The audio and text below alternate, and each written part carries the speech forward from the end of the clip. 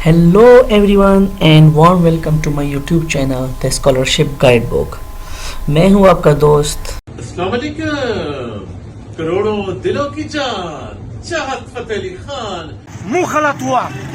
चलिए शुरू करते हैं आज की वीडियो। और इस वीडियो में आपको बताऊंगा कि कैसे मैंने बहुत इम्पॉर्टेंट स्टेप्स जो कि स्कॉलरशिप्स के लिए बहुत ज़रूरी हैं वो मैंने फॉलो किए हैं, जिसकी वजह से मेरी ऑस्ट्रेलिया में स्कॉलरशिप लगी है।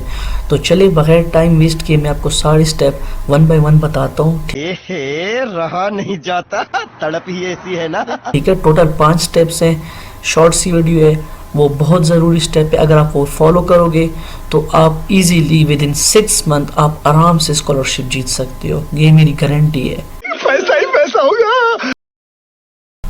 तो ये रहे 5 steps. Number 1 CV, number 2 IELTS exam, number 3 research proposal, number 4 acceptance letter और number 5 apply for all scholarships.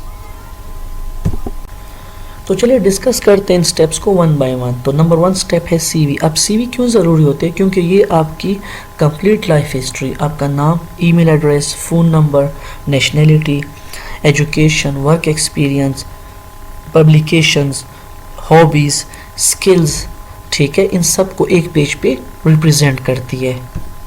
मैंने अपने सुपरवाइज़र से पूछा कि आपको तो हर साल हज़ारों स्टूडेंट्स ईमेल भेजते हैं, CVs अटैच करते हैं एक्सेप्टेंस लेटर के लिए, तो आप 2-3 स्टूडेंट्स को एक्सेप्टेंस लेटर प्रोवाइड करते हैं ना, तो आप उनकी CVs में क्या देखते हैं, कौन सी चीज़ इतनी इंपॉर्टेंट होती है जिसकी वजह से आप उन्हें एक्सेप्टेंस लेटर देते हैं?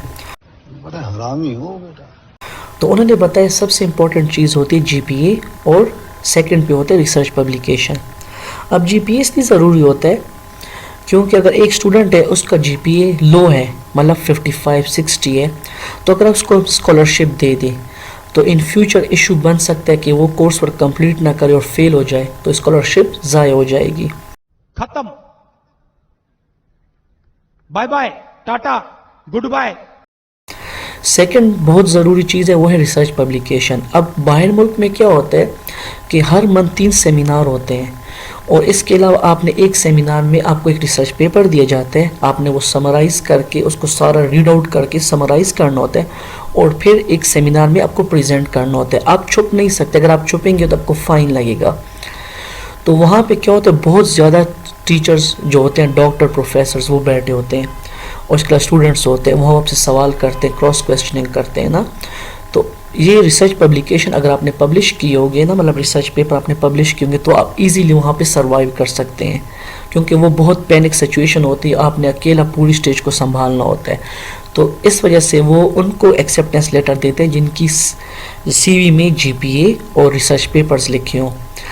अब रिसर्च पेपर्स कितने होने चाहिए? जो मास्टर है उसके लिए कम से कम 3 रिसर्च पेपर लिखने चाहिए। अगर आप मास्टर्स के लिए अप्लाई कर रहे हैं तो 3 रिसर्च पेपर, अगर आप PhD के लिए अप्लाई करें तो कम से कम 7 रिसर्च पेपर आपके पास होने चाहिए। Step 2 IELTS exam. IELTS exam बहुत ज़रूरी है। अगर आपने हर स्कॉलरशिप के लिए अप्लाई करना है तो आपको IELTS एग्ज़ाम लाजमी पास करना होगा और ये करवा घूंट पीना होगा। इसमें सिर्फ एक बहुत बड़ा इशू ये है कि इसकी फ़ीस बहुत ज़्यादा हाई होती है और जब आप ज़्यादा फ़ीस पे कर देते हैं तो आप टेस्ट में नर्वस हो जाते हैं और फिर आपके बैंड्स जो होते हैं वो गिर जाते हैं। जब मैंने IELTS एग्ज़ाम के लिए अप्लाई किया तो उस वक्त इसकी फ़ीस थी 28,000। तो मैंने कुछ कर्ज़ा लिया, कुछ अपनी सेविंग्स थी, अप्लाई कर दिया, फ़ीस भर दी, टेस्ट की तैयारी स्टार्ट की। जिस दिन टेस्ट था सेंटर पहुँचे, ठीक है, बिग एप्पल हाथ में थी, फुल स्टाइल में, क्या सीन है।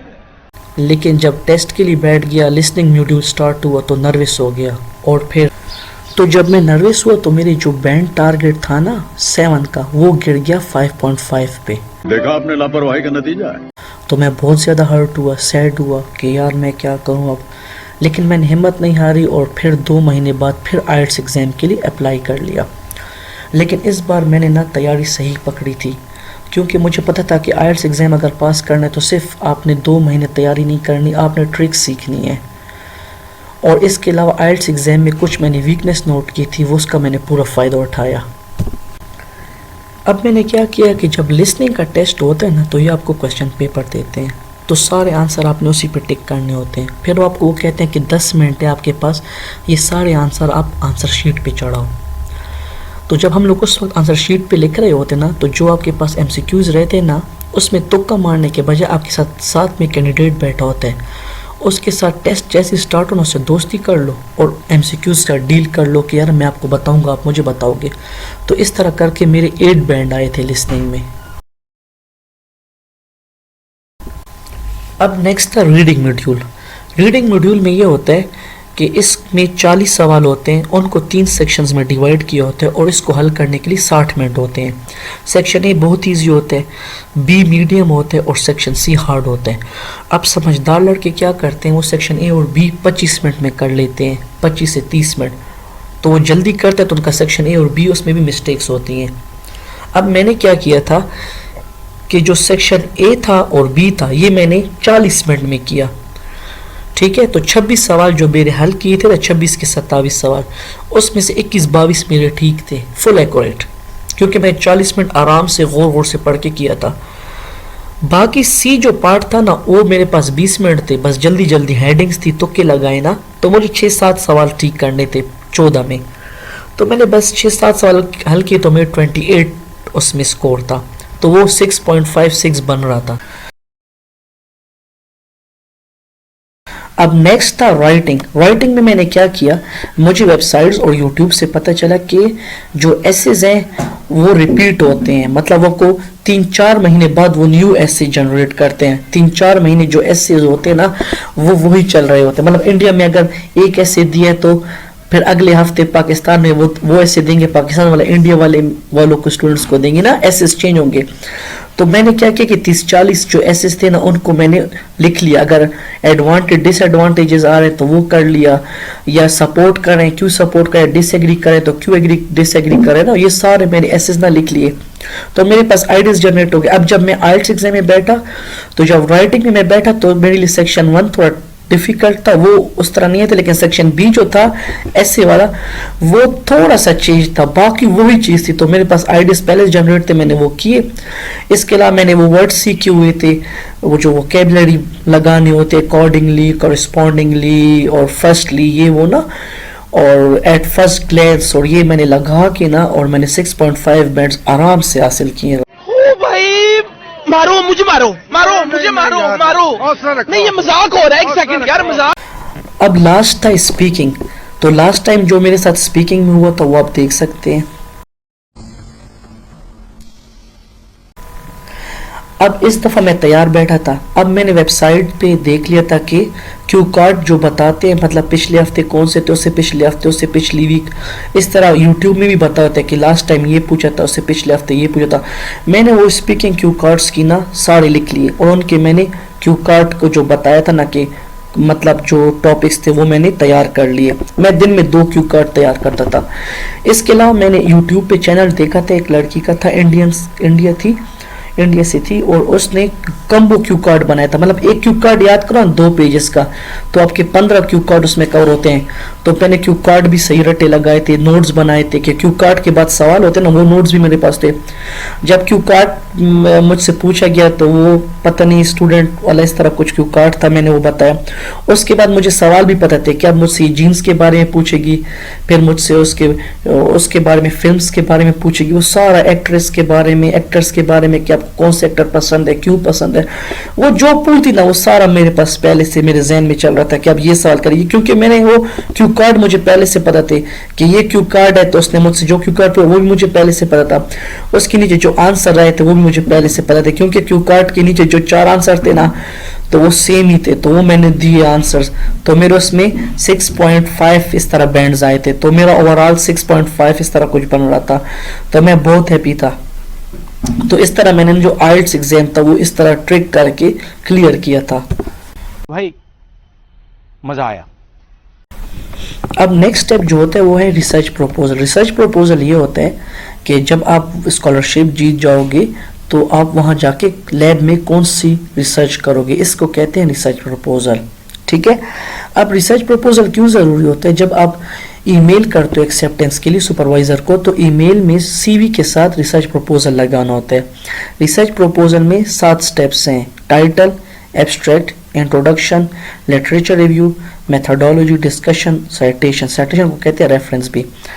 इसका बनाने का आसान तरीका है, चैट जीपीटी पे चले जाएं, आर्टिफिशियल इंटेलिजेंस वेबसाइट है, वहाँ पे कोई भी टाइटल दें और मेंशन कर दें कि मुझे ये सारी हेडिंग्स बना के दो, वो आपको 2 मिनट में सारा बना देगा। फिर आपने उसमें इंप्रूवमेंट करनी होती है और कहना होता है कि improve introduction up to 100 words 200 words, वो आपको सारा सेट करके देता है।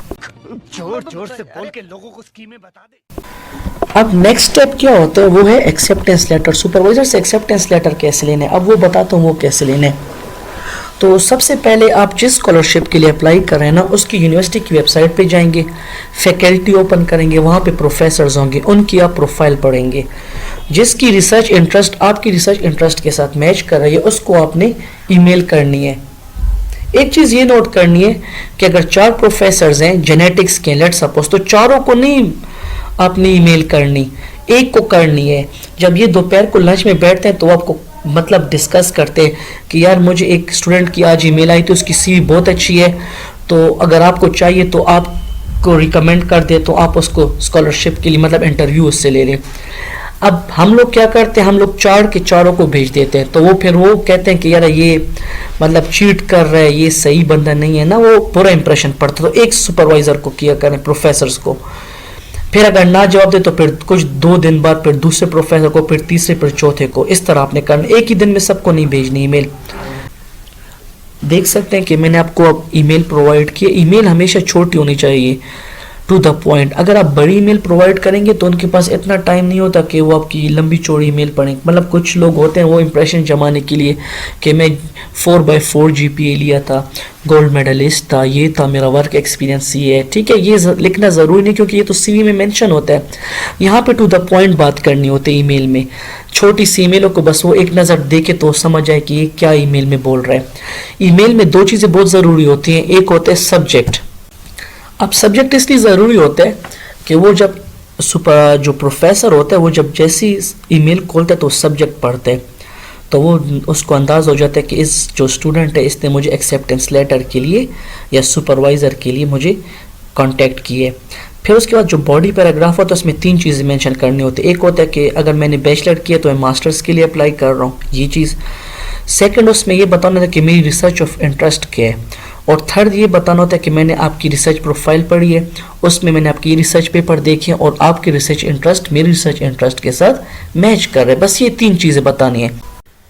एक्सेप्टेंस लेटर इसलिए ज़रूरी होता है कि जब आपको एक्सेप्टेंस लेटर मिल जाता है ना, तो आपने सबसे पहले सुपरवाइज़र से हर 15 दिन बाद एक ईमेल उसको डालनी होती है कि मतलब याद दहानी हो कि यार मैं आपका स्टूडेंट हूँ, मुझे भूल मत जाना सिलेक्शन के टाइम पे। जब आप अप्लाई कर लेते हो स्कॉलरशिप के लिए, एक्सेप्टेंस ले लेते हो, तो फिर जब सिलेक्शन प्रोसेस होता है तो डिपार्टमेंटल कमेटीज़ बैठती हैं। फिर वो जो आपका प्रोफेसर होता है ना, वो बता देता है, आपकी सिफारिश करता है कि यार मैं इस स्टूडेंट को लेता हूँ रिसर्च में, ठीक है। तो वो फिर वहाँ पे आपको ये एक्सेप्टेंस लेटर बहुत फ़ायदा देता है। और फाइनल स्टेप है अप्लाई फॉर स्कॉलरशिप्स। मतलब हर स्कॉलरशिप के लिए आपने अप्लाई करना है, प्लान B रखना है, C रखना है। ये ना हो कि सिर्फ ऑस्ट्रेलिया को पकड़ा हुआ या कनाडा को, क्योंकि इन प्रोसेस बहुत लेंथी होते हैं। 3-4 महीने बाद आपको रिजेक्ट कर देते हैं कि आपको स्कॉलरशिप नहीं लगी, तो आपके 3-4 महीने वेस्ट हो जाते हैं। तो अगर आप कनाडा के लिए भी करोगे, ऑस्ट्रेलिया के लिए भी करोगे, USA के लिए भी करोगे, नॉर्वे, नीदरलैंड, हॉलैंड, सब के लिए करोगे, तो किधर से आपको जवाब आ जाएगा। मतलब फिर आपको टाइम आपका वेस्ट नहीं होगा। तो इसलिए आपने हर स्कॉलरशिप्स के लिए अप्लाई करना है। तो ये रही आज की वीडियो। उम्मीद है आप लोगों को पसंद आई होगी। अगर आपका कोई भी क्वेश्चन हो आप कमेंट में पूछ सकते हो, मैं आपको 24/7 रिप्लाई करूँगा। इंशाल्लाह हर वक्त आपके लिए अवेलेबल हूँ, ठीक है। अपना ख्याल रखना। अल्लाह हाफिज़।